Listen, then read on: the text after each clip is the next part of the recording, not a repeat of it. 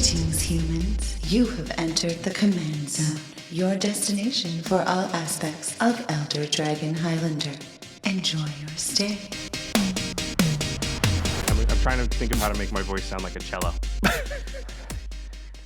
I'm not going to do it. I'm just going to try and hit the notes. Okay, sure.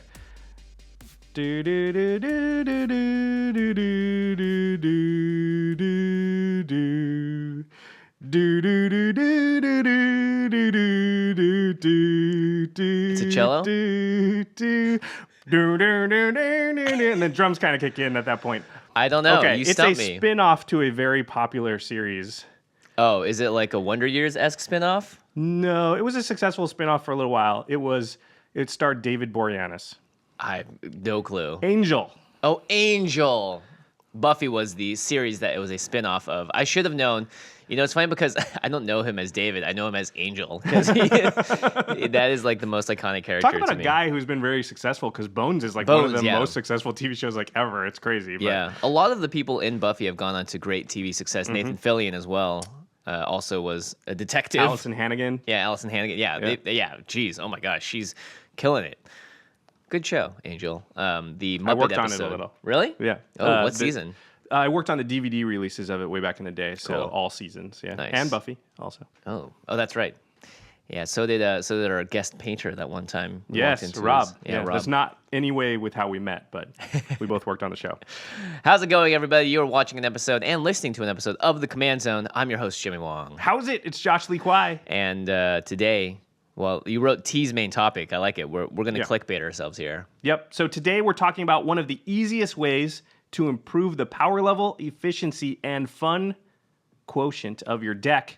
And it costs literally nothing except for some deck building tweaks in your mind and changes. But before we talk about that, we need to call out our sponsor, Card Kingdom. .com.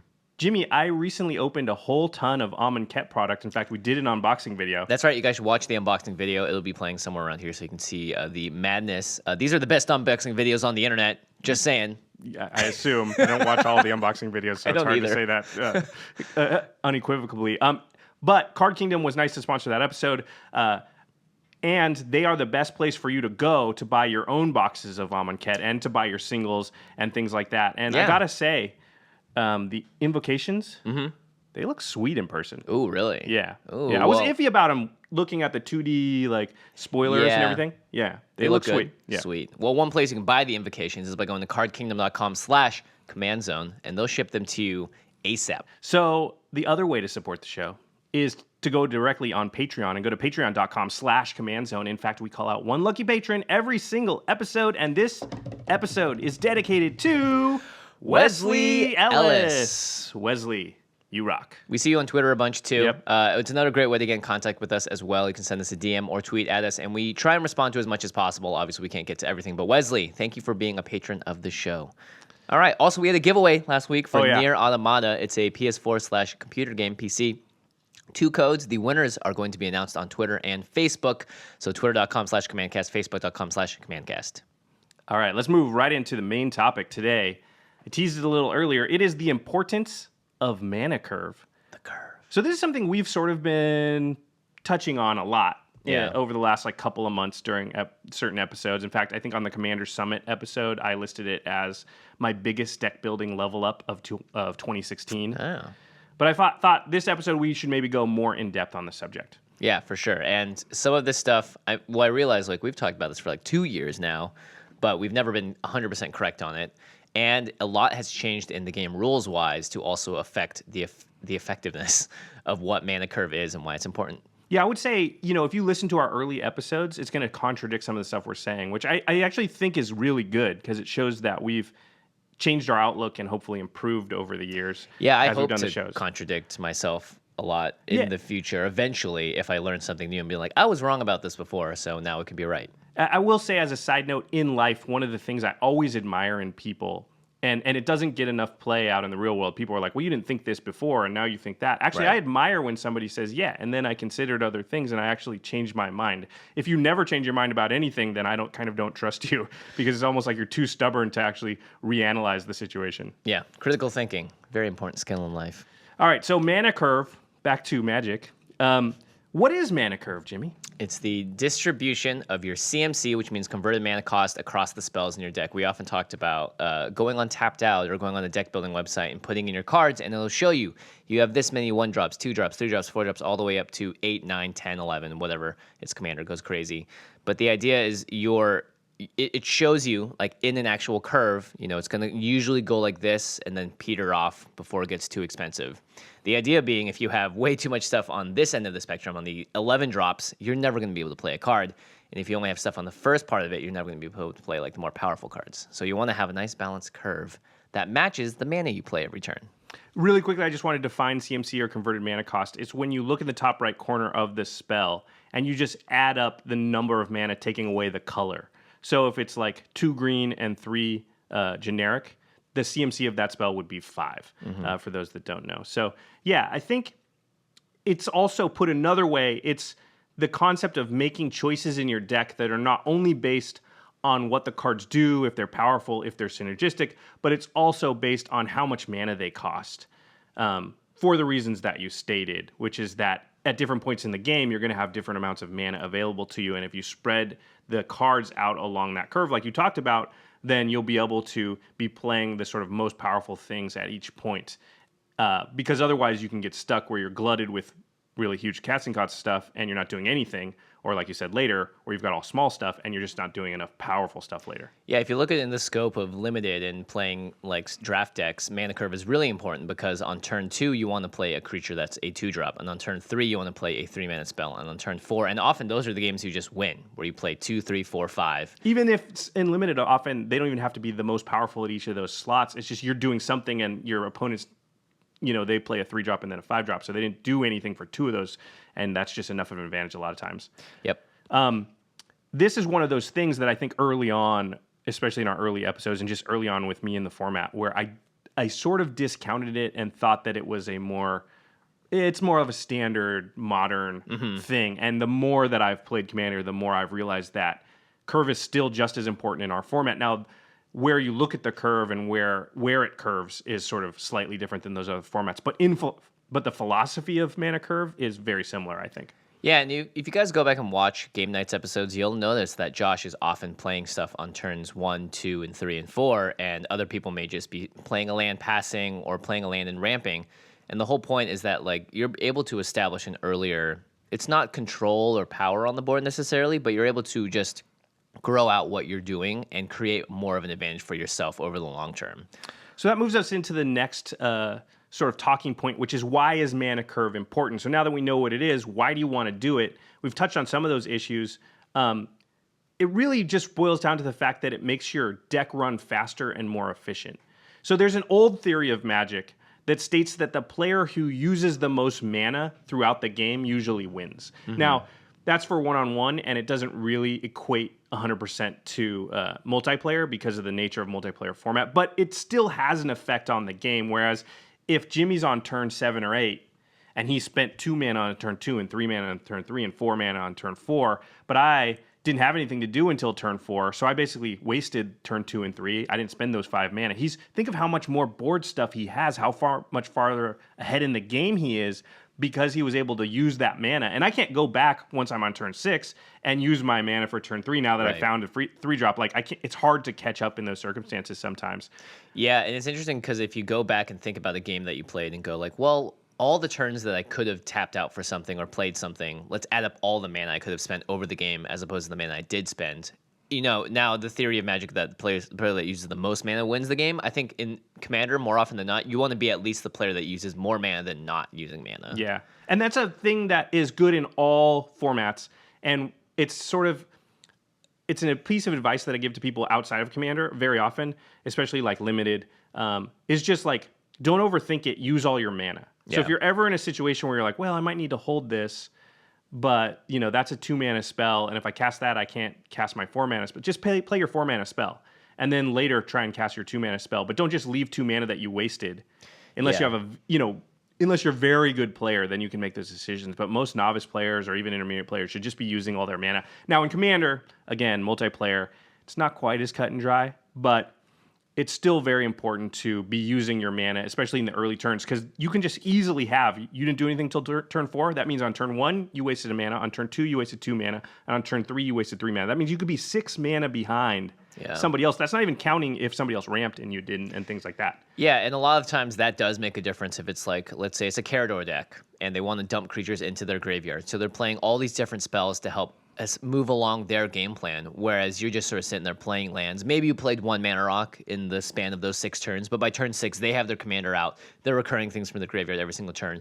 They're controlling the board. They have cards in hand and in their graveyard, so they've essentially made their hand size twice as large, and you're stuck there with a large hand with a lot of powerful spells, but maybe there's 7 drops, 8 drops, or just things that you wanted to cast, like it's a board wipe. You want to wait to use it kind of thing. So in general, you want to be using your mana because you want to be that person. And when that Carador gets board wiped, they're still happy about it because they have artifacts or enchantments or other things on the board that will help them recover from it, whereas you're just starting fresh. You just have nothing but lands in front of you.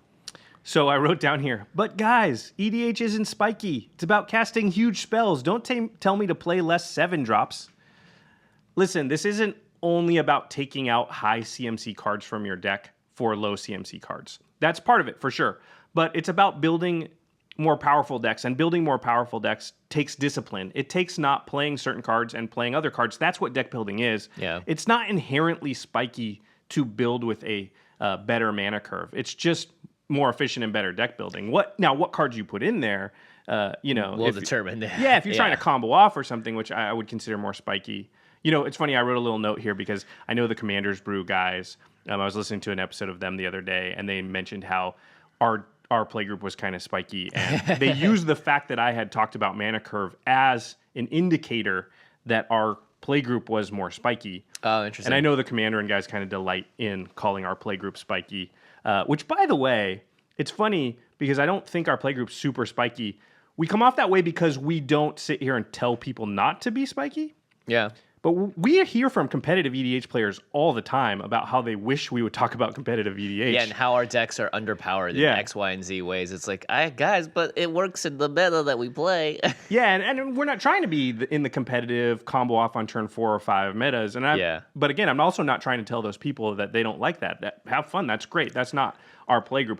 So I don't want you to go into this thinking like, worrying about mana curve is inherently spiky. It's not. It's just inherently good deck building the same way that building synergies into your deck is. Yeah, it's the same reason we tell you to put card draw in your decks or whatever. And it's funny comparing it to Commander's Brew because mana curve is very important. So Commander's Brew, if you don't know, they focus very much on budget building. So they'll set themselves a price limit and try and build a deck out of cards that will cost them under that $20, $50 limit or whatever. But the important thing about making those decks really work is making sure that you're doing so much at the table that you're making an effective deck. So if those decks are using underpowered cards, but they're playing a card in 2, 3, 4, and 5, again, they're going to beat a spikier deck that may not be able to play something until 5. Well, a spikier player, maybe not a spikier deck. Somebody with more budget for Magic cards, though, could easily lose to somebody with less budget because the person with less budget built their deck in a more efficient manner, worried about mana curve more than the person that just, they've got really expensive cards, but they're all 6 and 7 drops, and they didn't think about 2s and 3 drops because those aren't the exciting cards in your deck. Yeah, it ultimately goes back to the whole idea of, we just want you to have more fun when you play. Don't be me with Neheb and thinking that a top on 1 is going to save your life. You ended up having a pretty big effect on that game, though. Yeah, well, I mean, I'm really glad I did, because when I said that in the interview, I was like, I'm afraid this episode's going to be bad. I was legitimately and you can probably see it in some of the footage of me just being just slowly shuffling my cards, looking at everyone's board like, oh God, my curve is bad. So let's talk about, I think, the big first step in this process, which I called Commander Curve Considerations. CCC. We like that alliteration. Yeah. So the first and most important question to ask yourself, and the thing that's unique to EDH, and you need to keep in mind throughout all of deck building, like always, is what is the CMC of my commander? This is way more true if your commander is the key of your strategy, which I think is pretty common. If it's not, sure. you can maybe care about this less. I think this is amazing. You can care about this less in general for your 5-color which brews. is funny that my epiphany was caring about this more because a lot of my decks don't even play their commander. But when they do, this is something I always, and you'll notice that in deck text we've started to talk about more, is that what's the CMC of my commander, and how did that cause me to build my deck in a different way? So why is it important to worry about the converted mana cost of your commander when you're deck building? Well, we've talked about this already a lot. It's the one card when you're drawing up your hand of 7 at the beginning of the game. It's technically 8 cards, and that 8th card is your commander, and it lives in your command zone. Even though it's not in your hand, you always will have access to this one specific card, or 2 if you have partner commanders. Good point. So you always know that on turn X, whatever the CMC of your commander is, or when you're able to generate that much mana, you can always play your commander on that turn, or if you want to, if you need to for the deck. And so, part of what is important about mana curve is having enough redundancy at each place on the curve so that you have a card in your hand that you can play at that time. So, in your deck, you probably put X amount of 2-drops in it. And there's probably a few you'd rather have that are a little bit better. But you don't know which ones you're going to draw and have available on turn 2, so you want enough that you have a good chance of having one when turn 2 comes around. And so if you have a 2-drop commander, you don't need as many maybe 2-drops in your deck because you already know that slot is guaranteed to be filled. You always have your commander, quote unquote, in hand. So it's a really important thing to think about when building your deck and choosing cards on your curve. If my commander costs 4 mana, then there's a good chance that my 4 CMC slot on my curve is where I need to take cards out of, because I already know it's Atraxa. I want to play Atraxa on turn 4. Or it's Brea. I want to turn 4 Brea most games. And I don't need a whole bunch of other 4-drops because I'm not going to be able to play them on turn 4 because I'm going to want to play my commander then. Yeah, it doesn't mean that you shouldn't put 4-drops in at all. Like if there's some key combo piece that really makes the deck hum, or just even like a board wipe that costs 4 mana. You don't need to be like, well, let's take this out because I need to play something else on 4. And something else that you wrote here that's really important is that the way that you can ramp into your commander makes a huge difference because there are a lot of different ways to ramp in the game. So a 3 CMC general, let's say Animar, you would want to run a card like Fyndhorn Elves or Birds of Paradise that are able to pump out mana on turn 2, and then you could potentially play your commander on turn 2 for a 3 CMC general because you have 1 ramper.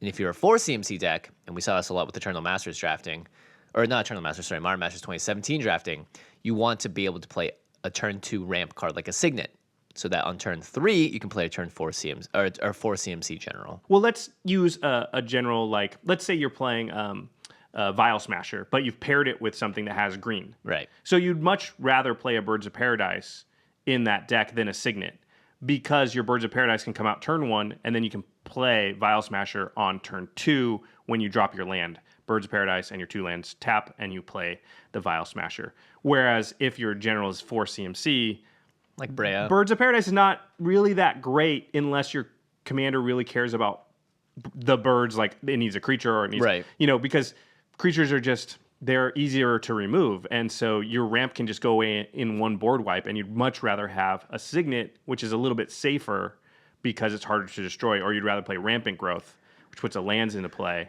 for a 4 CMC general, because you're going to play that on turn 3 with 1 ramp card. Now, obviously, there's these dream scenarios people talk about where you play, Hapatra on turn 1 or something with like Chrome Moxes and stuff. Yeah, I don't usually build my decks that way because the card disadvantage is not something I'm looking for the little advantage I get from having my general out, turn 0. But you can obviously try and do things like that too. Turn 3 Ugin. That's what I keep thinking back to. That was insane. You could see how everybody's face in that game. We're referring to the game nights, and 6, yeah. Cassius drops a turn 3 Ugin, and literally every person's like eyes like pop out of their head, like, what am I supposed to do about this? I'm here like I have 1 land in play right now. We were lucky because everybody had built their deck with pretty good mana curve, so I had something out, and Mel had actually a couple of things out at that point. Like there's a lot of commander games where turn 3 Ugin is the only thing on the board, really, and just game over too. Yeah. Smuggler's Copter keeps going up in value in commander, crazily enough. Again, because of curve, I think. Yeah, you can play it on 2, and any creature can like get into it, and then immediately you're generating card advantage as early as turn 3. Which is really important. Okay, so, and another question to ask here under the CCC, the commander curve consideration. I forgot my own little... Commander considerations, curve. Commander curve considerations. Curve considerations, commander. So the other question is, what CMC is your commander synergy effects? And sort of like, I guess the real question is, what is my ideal play pattern? So think about like Animar. So Animar is a card that you want to cast creatures after Animar's out because that puts counters on Animar and makes subsequent creatures cast or cost less mana. Yep. So you just, in your mind, you think like the play pattern that I want is I play Animar on 3, and then on turn 4, I really want to play as many creatures as I can to get as many counters on Animar right away as possible, which means I do want low curve because I want those creatures to be able to play 2 or 3 or 4 right away. And you want those creatures as well to have, for instance, generic mana or the mana cost, so that 2 generic mana in the green wood elves will cost green eventually. Right. And you can use Animar to essentially kind of ramp yourself out. Like, the card's crazy. So Rishkar is kind of the opposite of Animar in that Rishkar adds a counter to up to 2 creatures. One can be itself, but you need another creature out when Rishkar is cast on turn 3 in order to really get full value. Mm-hmm. And so in Rishkar, you want low curve, but you want those creatures to be played before Rishkar comes out. And so that's a common play pattern, which is I want a 1-drop or a 2-drop so that on turn 3 I drop Rishkar, I put a counter on Rishkar and my other creature, and now I've got 6 mana available to me on turn 4 when I drop my land. And then there's curve considerations like, especially when your commander taps for mana. So when you're, or not even taps, just creates mana. Yeah. So Rishkar's like this too, but Kaidel's another one where Kaidel makes mana. Well, Kaidel costs 4 mana. So assuming you play Kaidel on 4, on turn 5, you're probably going to have 6 mana available to you. Now, hopefully more. Obviously, I understand how that deck works. I'm just saying, like, a common play pattern is that my 6-drop slot probably can be more robust than my 5-drop slot. Because generally, 6 mana stuff is going to be more powerful than 5 mana stuff. The downside of which is that I don't always have 5 mana or 6 mana, and sometimes I have, I'm stuck on 5 for a little while, or I don't get to 6 for a little. Well, not with Kaidel. You just skip over 5 and go right to 6. So you may as well design your curve to lean into that aspect of your general.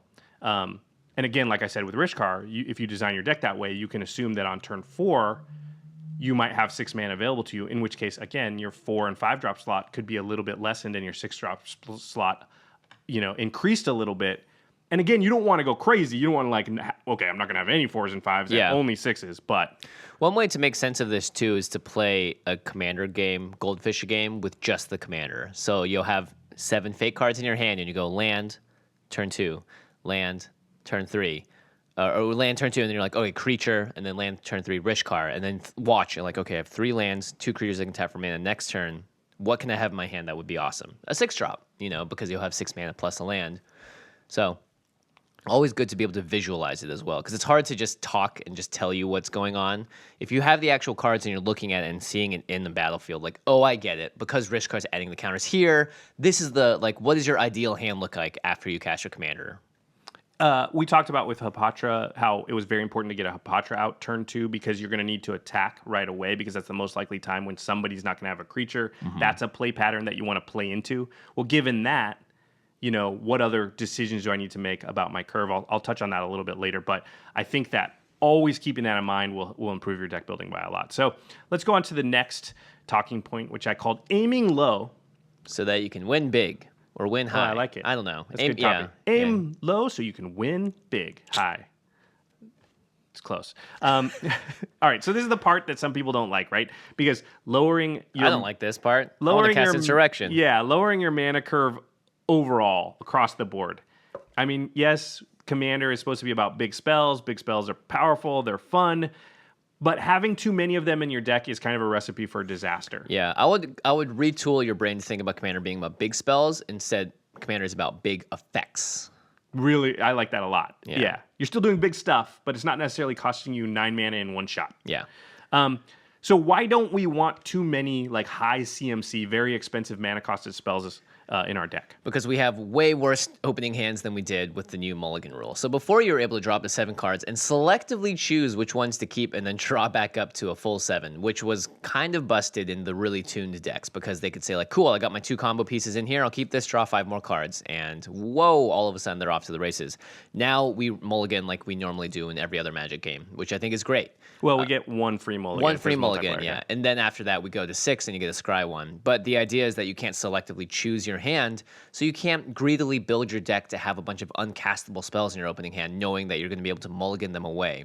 You need to make sure that when you draw your opening hand of 7, your deck isn't positioned in a way so that you have a higher percentage chance of drawing 9 CMC spells, but rather you have, you want to give yourself the best shot when you roll the dice of drawing your opening hand of having a curve. Yeah, of being able to go, I do stuff on turn 2, 3, 4, 5. Yeah. Think about an opening hand with 7 cards, but 2 of them cost 7 or 8 mana. That's an opening hand of 5 cards. Yeah, you have 5 cards in your opening hand because those other 2 cards aren't going to come into play for so long that they're just not even options for you. So it's as if they don't exist, and you're going to draw them spontaneously on turn 7 or 8, maybe, if you're still alive or not too far behind at that point. So, yeah, this is a reason that you don't want a ton of high CMC cards. Now, some is okay. You just don't go too crazy. And I think people are a little bit upset about the mulligan rule because of this, because they liked having those big spells and it just being like it didn't cost you anything in deck building to just play all of the huge spells. Now it costs you something and you have to think about it. But I think that's a plus side. You have to be more tactical and strategical with your deck building, and that's going to reward those people. And it's a strategy game, so I want to be rewarded for strategy. Yeah, totally. They also, big CMC spells, and I don't think this is talked about enough, they're dangerous to play. They leave you open to sort of big tempo blowouts. And what I mean by this is, it's not that you shouldn't play huge spells, but you are opening yourself up, right? So you play Blightsteel Colossus.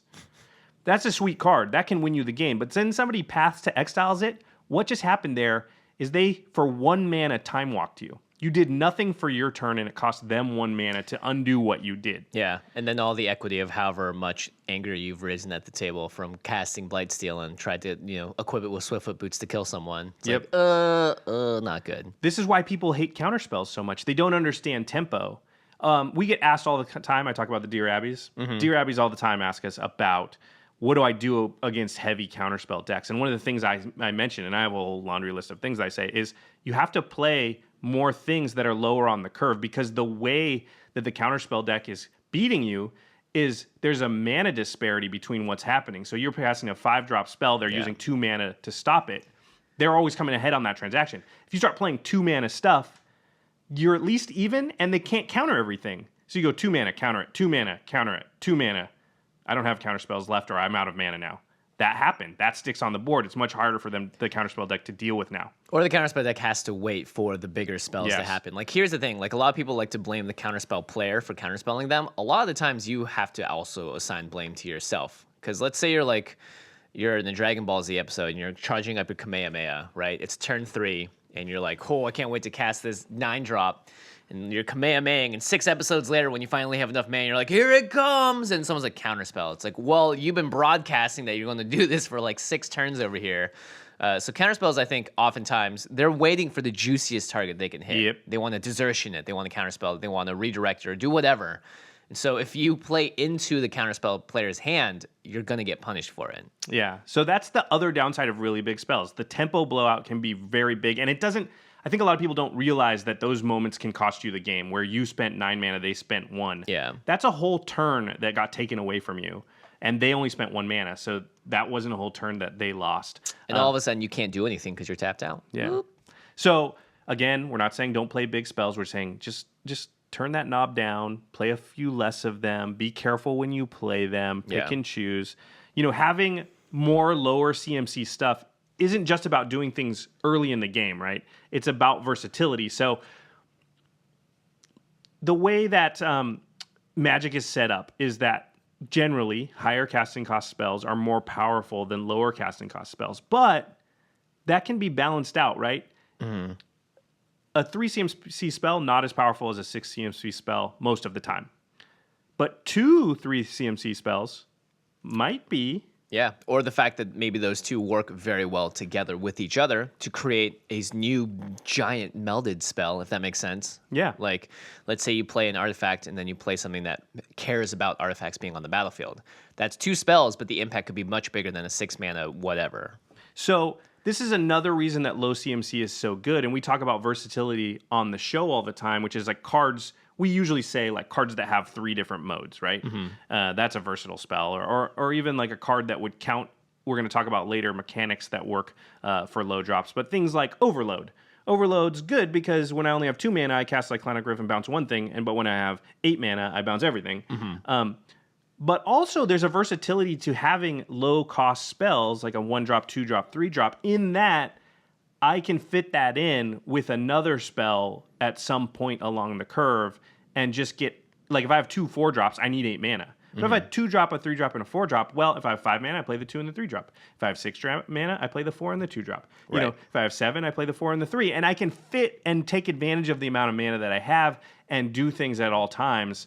And that's really powerful because, like I said, those little wasted manas throughout the game can add up to the point where somebody's just got a 12 or 13 mana advantage on you because they were more efficient using their mana. Yeah. So those lower CMC spells help you in those situations. Also, it allows you to do multiple things per turn later in the game and allows you the versatility of sort of keeping answers up and still doing something, right? So let's say you have Path to Exile. Right. But I have Murder.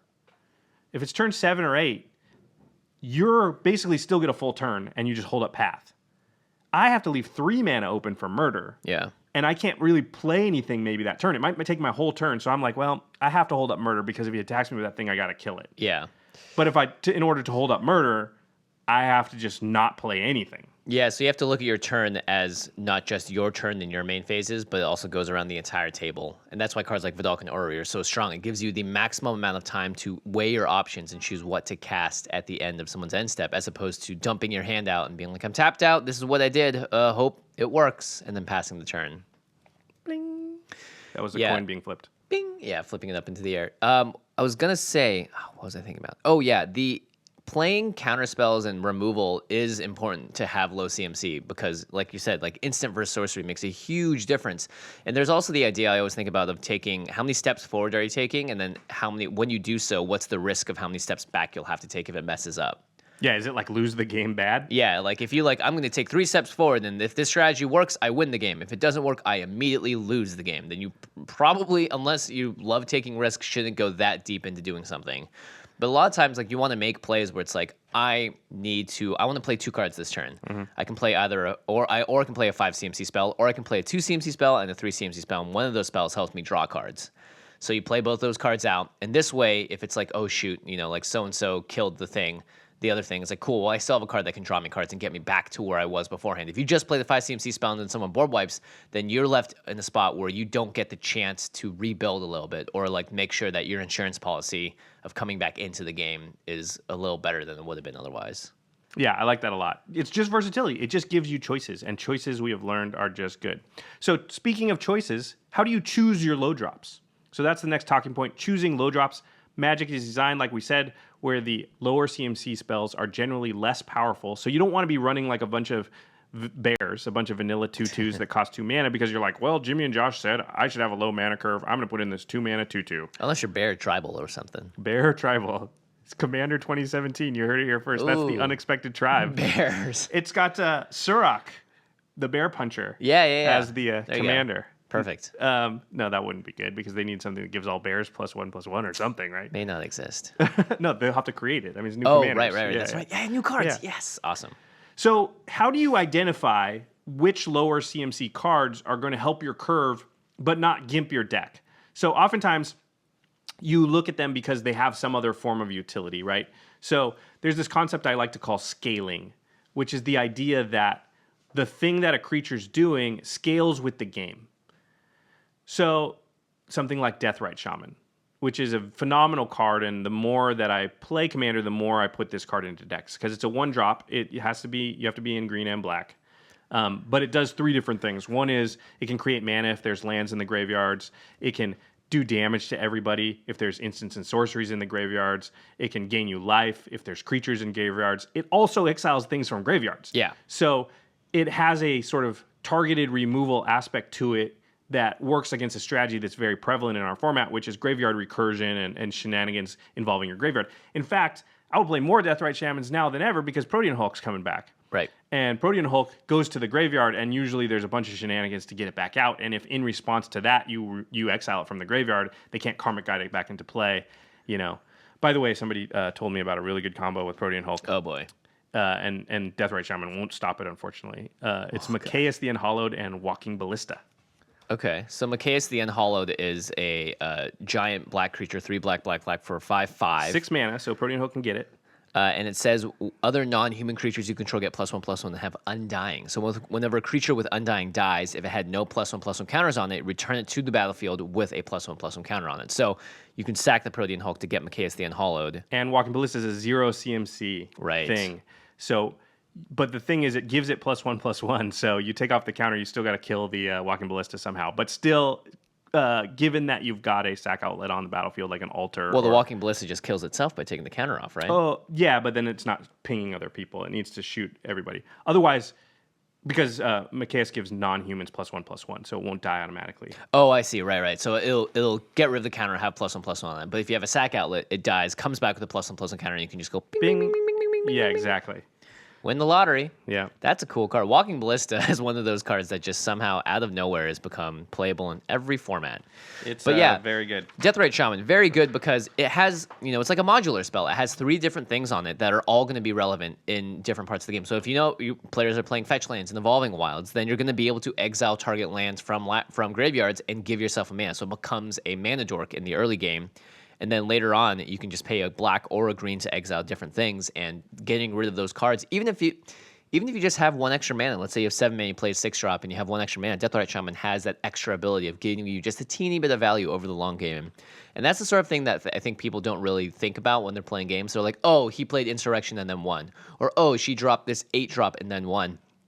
Deathrite Shaman is one of those cards that sneakily gets you closer to the winning part of the game without people really realizing it a lot of the times. Yeah, it doesn't like stand out as the reason you won, but you got so much accumulated value from it that it's one of the big factors about why you're in a position to win. Yeah, a lot of people asked in Game Nights 5 why you put dice on your Fevered Visions.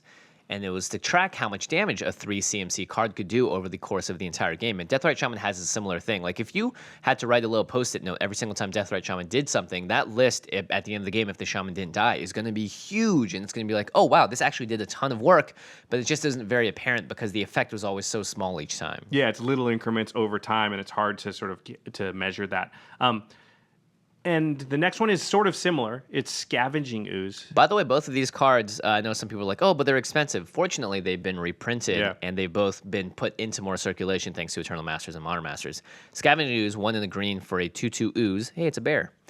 You can pay green to exile target card from a graveyard, and it doesn't have to tap the ooze either. So if you have a lot of green, you can do this a bunch of times. If it was a creature, you get to put a +1/+1 counter on the ooze, and then you gain a life. So again, this is a card you can play on 2. It's doing something. And it's great against those graveyard shenanigans, right? It'll remove any card. It doesn't have to remove a creature. If it does, it gets bigger. Plus, if you're playing decks like Rishkar, Vorl, Atraxa, the one when counters might matter, that is a card that, like, if you play it early, it might grow a little bit, stop them from doing something, hit them a few times, get some good value. Your 2 mana wasn't wasted early on in the game. You got some nice usage out of it. But if you draw that card later and you don't play it, which is a worry with a lot of low CMC cards, until like 6 or 7 or 8, you still can get the utility of removing things from graveyards. And usually around that time is when you're really scared of stuff that's going on in graveyards. Turn 2 doesn't tend to be a time where, although it could be with, like we said, Flash and Protean Hulk, but it doesn't tend to be a time where you really need the graveyard removal. So later on, Scavenging Ooze is great. Early, still good. How exciting is that, though? You could play Scavenging Ooze on 5 and hold up Beast Within the entire turn cycle, and then if nothing happens, you just exile 3 cards from graveyards and maybe make your guy bigger. Sweet. That's awesome. The amount of value you got there from just having this out and having the ability to choose what needs to happen is huge. Not to mention, Scavenging Ooze sometimes, if you play... So I have an Anafenza deck, and Anafenza exiles cards as they go to the graveyard, specific ones. So playing a Scavenging Ooze will sometimes make people go, all right, well, this card is not going to be cast anytime soon because I need it to stay in the graveyard. And you're assuming that the Scavenging Ooze player will know to get rid of it as soon as it hits the graveyard. Yeah, it just turns off cards in their hand, right? Yeah, so it makes a person's 7-card hand turn into a 5-card hand sometimes if they're a graveyard-heavy deck, which is like, that's insane for 2 mana, what you're doing. Another one, and I wanted to call this one out because I had a little discussion, I think, on the YouTube comments about it, was Dusk Urchins. So it was one of the cards we called out for Hapatra. It's 2 and a black for a creature. Oofy. I forget. People told us how we're supposed to say it now. It's Oofy. Is it? No. Oof. Oofy. I have no idea still. I know you guys told us, but I didn't memorize it. I didn't pay attention. Didn't think I'd ever talk about this card again, but here we are. 2 and a black for a 4/3. Whenever Dusk Urchins attacks or blocks, you put a -1/-1 counter on it. And then when Dusk Urchins is put into a graveyard from play, you draw a card for each -1/-1 counter on it. So you can see how this works, right? Ideally, you attack 3 times. That kills it, but it's got 3 -1 counters, and so you then draw 3 cards. You could also block. This is a curve consideration card because when I was building Hapatra, one of my worries was that if I'm on the play and I play Hapatra on turn 2, there's plenty of Commander games where turn 3 comes to my side and nobody played a creature. Right. Which is like, well, I want somebody to have a creature because then when I attack with Hapatra and I need to put a -1/-1 counter on something, I don't want to have to put it on Hapatra. But if she's the only creature out, that's the only way I can get a snake. So I wanted an impactful 3-drop. And Dusk Urchins really fit that bill as something that also wanted a counter. Right. And so it really fit on my curve really well. And then it was also a card where later in the game, it's not embarrassing to play it on turn 7 or 8 because I might be able to just drop 4 or 5 counters on it all at once, draw 5 cards. Yeah. And even if I only drop 2 counters on it and draw 2 cards, it's still fine. It's not amazing later, but it's good enough that, the upside of playing it on 3 was worth it. It's a good point. There are also a lot of sweet cards from Amonkhet that want to have -1/-1 counters put on them. So make sure you guys check that out if you're building the Hapatra deck. A lot of people commented, by the way, like, I'm building this deck next. So It's what happens when the deck shines on the upstart. Camera. It could have easily been Neheb, and I'm the one that gets mana screwed, and then everybody would be building Neheb. Hey, lots of people are building the Neheb deck too. Just Okay, don't my worry, bad, man. my Yeah, bad. They're building it Minotaur Tribal now. Yeah, they are. This next card is great, and this is one that, like Dusk Urchins, is it's awesome when you find these. I call them like silver bullet cards that are just so good in the deck, but don't seem that, and also are very affordable. Like Endless One, a card that is a bulk rare essentially from Battle for Zendikar. It's a X mana cost 0/0, and it just enters the battlefield with X +1/+1 counters on it. Sweet. So this works so well in so many different decks. Yeah, this is the definition of a great curve card because it fills any spot on the curve that you are. Because it costs X, you can play it on 1, 2, 3, 4, 5, 6, whatever. Yep, and it's in the decks. It's good. Rishkar, Voral, Atraxa, the same ones as Scavenge Ooze, although Scavenge Ooze is probably better in a whole lot more decks than just those. It's great because you actually care about the counters. Yeah, very cool card. The last one I want to talk about is a card that we were completely wrong about when we did the set review for Magic Origins, along with everybody else. I think this card's very, very good. I gave it a decent review. I was you? like, yeah, it's like, oh, this is kind of like, it's like a cheap Snapcaster right at the time. And I was like, I thought we were down on it. I wasn't super down on it. I was like, if you guys can't afford Snapcaster Mage, you should get Jace Vryn's Prodigy. And that's what really bit me in the butt, because currently they're both... No, Jace has gone down quite a bit. Oh, thank goodness. Yeah, it's like, I think it's under 20 now. Ooh, so. pick it up. It's cardkingdom.com/commandzone. I'm going there right now. Hold on. Josh, you keep talking about this card. I'm not kidding. Jace Vryn's Prodigy is a very, very good card. It probably hasn't seen the enough play at this point. It's a card that costs 2 mana, and what happens is you can tap it and loot. So you draw a card and then discard a card. And then if you have 5 or more cards in your graveyard, it flips over to a Planeswalker side, which is Jace Telepath Unbound. And that Planeswalker is 5 loyalty. Its +1 is up to one target creature gets -2, -0 until end of turn. Until your next turn. Yeah. But then the -3 is you can cast a target instant or sorcery card from your graveyard this turn. And then if you would cast it, you exile. Or if we go back to your graveyard, you exile. You basically give something flashback. What's the ultimate on Jace? It's an emblem. Whenever you cast a spell, target opponent puts the top 5 cards of their library into the graveyard. You just don't want to do that. Right. So here's the thing about Jace Vryn's Prodigy and why it's so good as a curve filler. And basically any deck that plays blue could play Jace Vryn's Prodigy. Now, I don't think it necessarily goes in every deck, but it's very good. A looter's just always good. Yeah. So you play it on turn 2, and then you start accruing value at any point really after that. You just tap it and loot. If you're familiar with just sort of common Magic parlance, do you loot, do I loot, should I loot, is a common refrain among very, very good players like LSV, who basically say the answer is always yes. Always yes. Yeah, because there's almost never a time where you don't have any chance of drawing a better card than at least one of the cards in your hand. And if you don't, you just loot away the card that you drew. Yeah. Yeah. The only time maybe is when you have the perfect card in your hand. It's the only card in your hand. Even then, it's often correct to loot. Or if you have 0 cards in hand, because then you draw the card and just discard it. Unless you have a bunch of madness cards, who knows? Yeah.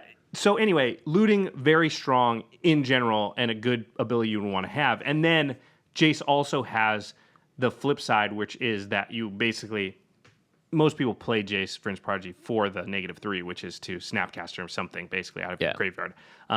So that card just very, very strong as a curve filler and can be just really, if you're playing blue and you don't have enough 2-drops, Jace Prince Prodigy kind of fits in any deck almost. The only time maybe you wouldn't play it is if you just don't have any instants or sorceries, which you're playing blue, so that seems unlikely. Very unlikely. I thought a good way to demonstrate this, this whole thing of scaling, is to look at cards that don't scale. So scaling in reverse. So the first one was Serra Ascendant, which we used to talk about this card a lot, and we never do any warrant. You know why? It's just not that good. Yeah, people, I mean, with lower curves, people are starting to lose more life quickly, and Serra Ascendant becomes less and less relevant. Yeah, so Serra Ascendant is 1 white mana for a 1/1 creature human monk. It has lifelink, so 1 mana, 1/1 with lifelink. But it says as long as you have 30 or more life, Serra Ascendant gets +5/+5, and flying. So if you play it on turn 1, it's a 6/6 flying lifelinker. I've seen this played a lot on turn 7 or 8 when they're at 20 life, and it's like, crap. This card's horrible. Yeah, really bad in that spot. Yeah, and so yes, it's very, very good early on, but it doesn't scale very well with the game, so it actually gets worse as the game goes on. And as a result, our playgroup has kind of shifted away from Serra Ascendant, and it's one of those cards, Jimmy. If you're in the life gain deck, it's great. Yeah. But just by itself, then you're relying to have it on turn 1 to have it be at max effectiveness, or turn 2 or 3. It's a bit of a bigger risk for sure. Yeah, and I think Voltron decks with tons of equipment, because even then, at the very least, you got a lifelinker you can suit up later. Yeah, totally. You know, I'm not saying it's unplayable. I just think it's one of those cards that early on, when you learn to play Commander and you run into it the first time, you're like, that card's absurd. This card's broken. Why is this card not banned? Yeah. Like, people say that early on in their sort of Commander careers, and then you realize, no, it scales very poorly with the game. As the game goes on, that card gets worse and worse. Yeah. So it's not a card you would love to play. This next one, sorry, it's just not great in our format. It's not that it's unplayable. It's similar to Serra Ascendant. Lightning Bolt. Yeah. Just a 1 mana instant. Incredibly efficient. Does 3 damage to target creature or player. One of the best spells in Modern.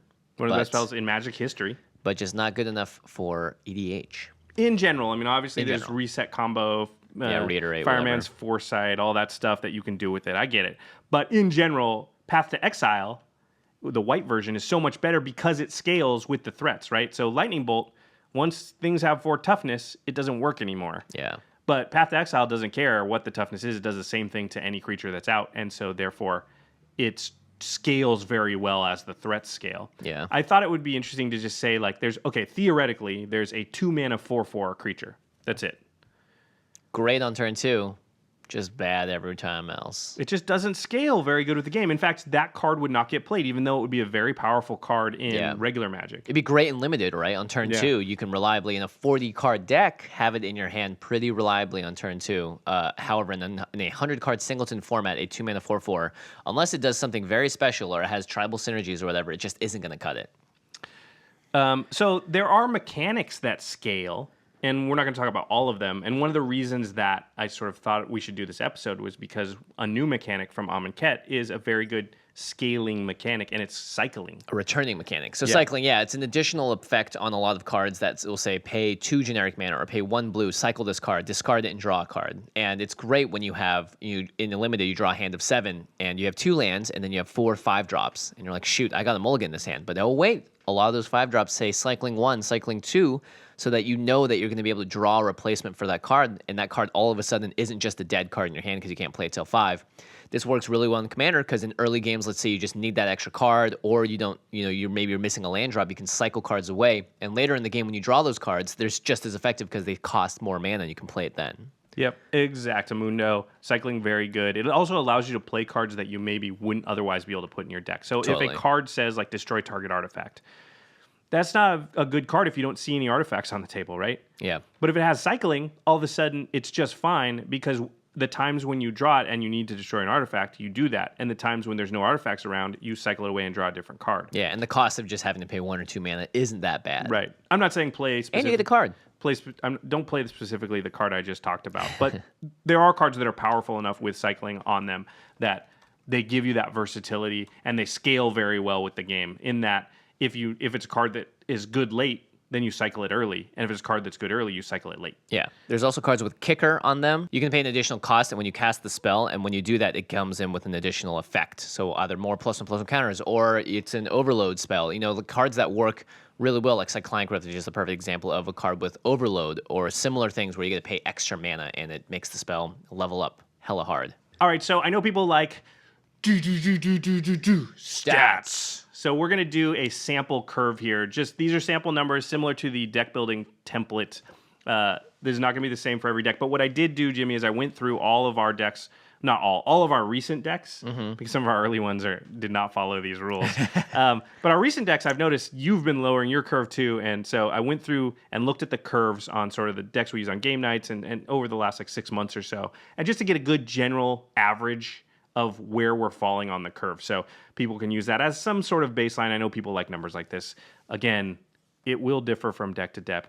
This is not a one-size-fits-all thing. It's just to give you some benchmarks. So what I found was most of our decks had somewhere between 14 and 15 1 and 2 drops. If you combine the count of 1 and 2 drops together, which I think is fair to do, around 14 to 15. Often we would have some decks that had above 20 in this category, though, but nice. it varied. I'd say the mean was 14 to 15. 3 drops was usually the slot with the most cards in it was 3, and there's usually about 12 to 16 3 drops total. 4 drops, which was a category that generally had slightly less than the amount of 2 drops, if you looked on the curve, had about 8 to 10. And then I combined 5 and 6 drops, and there was about 6 to 9 of those. And then about 3 to 5, 7 or more. So if you guys are looking at this on a graph, it's going to go like 1 drops a bunch, 2 drops a bunch, 3 drops the most, and then quickly go down when you go to 5, 6, 7, and 8. Yep. So I think that's a good just general guideline to look at your curves when you're building your decks and try and fall somewhere around those categories. And again, when you don't, just have reasons why you don't. So like in certain decks, like Kydel, maybe I've got less 4 drops because I know I'm going to cast Kydel on that turn, and I got less 5 drops because she's going to tap for mana, so I want more 6 drops. Or in Rishkar, I'm going to have less 3 drops, more 6 drops, because that's going to give me the extra mana to jump that to that place in the curve. And so your curve might go down for 4 and 5 and then back up for 6 because of the way that your commander plays out. As an experiment, I challenge all of you to go out and let's say there's a deck that just hasn't been winning, and it's a deck that's a big flashy one. Just try and just axe out a bunch of the high drops and replace it with low drops. Play a couple of games and then ask yourself, oh boy, in those games, would I have really have liked to have drawn that insurrection that I took out? Or did I find that it actually wasn't that relevant? And this way you can evaluate like, okay, the deck does better because I can play more low card stuff. And then what of the big, important, high, big stuff do I really need? Because oftentimes it's fun to just slam in every single huge impact spell, being like, this is going to be good in this situation, this is going to be good in this situation. But oftentimes you're only going to want a few of those total in your deck because those are the ones that really matter. And a great way to find out if they matter is by taking them out and noticing if you miss them. Yeah, that's a really good point. I will say, too, that with Deck Doctors, something we haven't done in a while, but I do look at a lot of the decks submitted for Deck Doctors because I'm looking for ones where I want to highlight them in the show. And I'd say a large percentage of them, I don't choose them for the show because there's just one note. Your curve.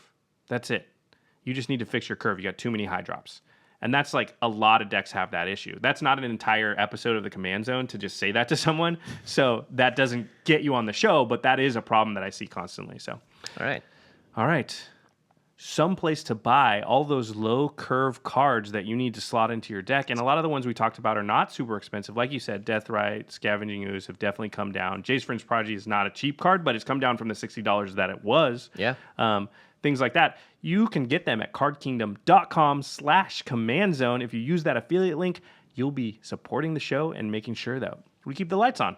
Yeah, and let's say you add a bunch of stuff to your cart and you forget to use the affiliate link. Just go and type it in, hit enter, and then the site will now know from that point on of you browsing it, oh, okay, this is how they're getting there, and then you can check out and do everything as normal. Yeah, a lot of people tweet at us saying like, oh, I ordered a bunch of cards and I forgot to use the affiliate link. You can just even email them with your little your receipt number or whatever and let them know. That helps us too. Yeah. Or even tweet at them, yeah. And if there are other supporters you want to support, because I know a few other creators out there are supported by Card Kingdom, just make sure you add a note to anything. Be like, hey, I also love the professor and whoever else, blah, blah, blah, blah, in the notes, and they'll know.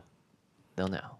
Something else you will love to get a hold of is we have our very first playmat.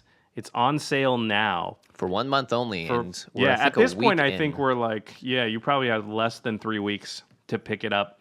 We're pre-selling it on Kickstarter. You can find the link in the description box below. Terry's going to be showing you shots of the playmat right now. It's beautiful art done by Jesse Aronson, a very talented artist. It's a war-torn landscape after an epic EDH battle. We're calling it Aftermath. And there's a whole bunch of different options. It's available to be shipped anywhere in the world, depending on, there's obviously different shipping prices, and you can get it signed, you can get it not signed. They're super high quality because they are going to be printed by Ultra Pro, who are the best playmat printers in the business. They've definitely done it for the longest. And it's a regular playmat size. I got to test it out at the Amoncott pre-release, and it was a blast. I had a lot of fun playing on it. I brought it to one too. Actually got some really good comments on it. People were like, "What is that?" And I was you can get those comments too now. Yeah, so it's very cool. Check it out. Yeah. Pre-order yours today. You have until 22 days from when we record this, so when this goes up, you'll probably have like 16, 17 days. Yeah, so again, the links will all be in the description box below, and we'll tweet about it constantly as well, so you can find it all online. We are never selling it again. Yeah. This is it. This is it. All right, to the listeners. I really do love to the listeners, by the way. Whenever you guys answer the question, I like to see all the different perspectives and whatnot. So please tweet at us, put it in the comments, email it to us patrons. You can put it on Discord or on the Patreon page. What has your biggest or most recent deck building level up moment been? And how has it changed the way you build decks or think about the game? And if you're on Facebook.com/commandcast, a great way to interact with other people that have similar answers or different answers is by doing the comment system there. Because on Twitter, you can't really see everyone that tweets at us, or on YouTube, it's hard to scroll through the comments. This is a great way to give thumbs up to the comments that you like, and also to have a discussion and engage with other people around the world and see what their play groups are like. So please go like the page, Facebook.com/commandcast, if you haven't already. All right, now it's time for the end step where we talk about something cool outside the world of Magic. Ruh-roh. You got anything? No. Freddie is going to be auditioning for the Magic Castle. Oh, this is actually sweet. So this is outside the world of Magic, but it has to do with Magic. So we're talking about actual sleight of hand magic. Sleight of hand, yes. Yeah. Not the card sleight of hand. So if you guys are interested at all, I would suggest looking up the history behind Magic Castle. It's this really cool building in Los Angeles. It's been around for a long time. Neil Patrick Harris, I think, is now like the head Vizier, there's some name for what his they have viziers? The grand poobah of the Magic Castle.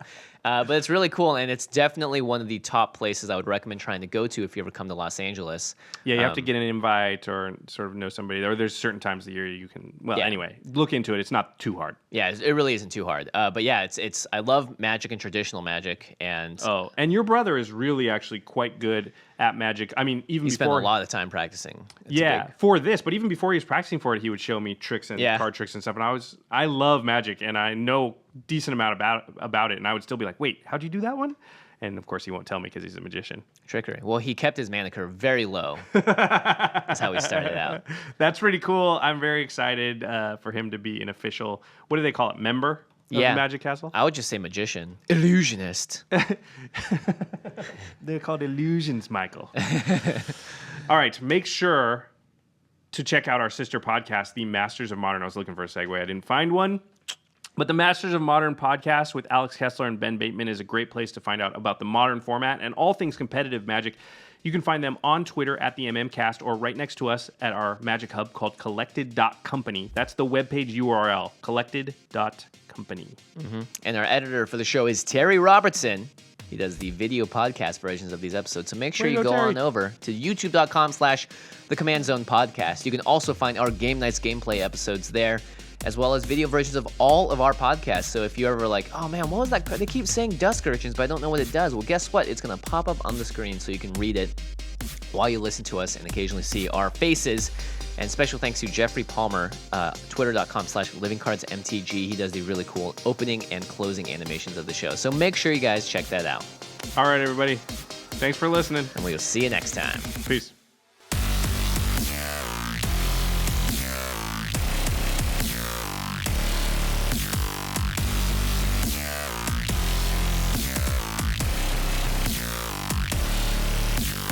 Thank you for your attention. For further inquiries, send an email to commandcast@rocketjump.com or ask us on Twitter @JFWong and @JoshLeeQuai. See you later, alligator. Greetings, humans.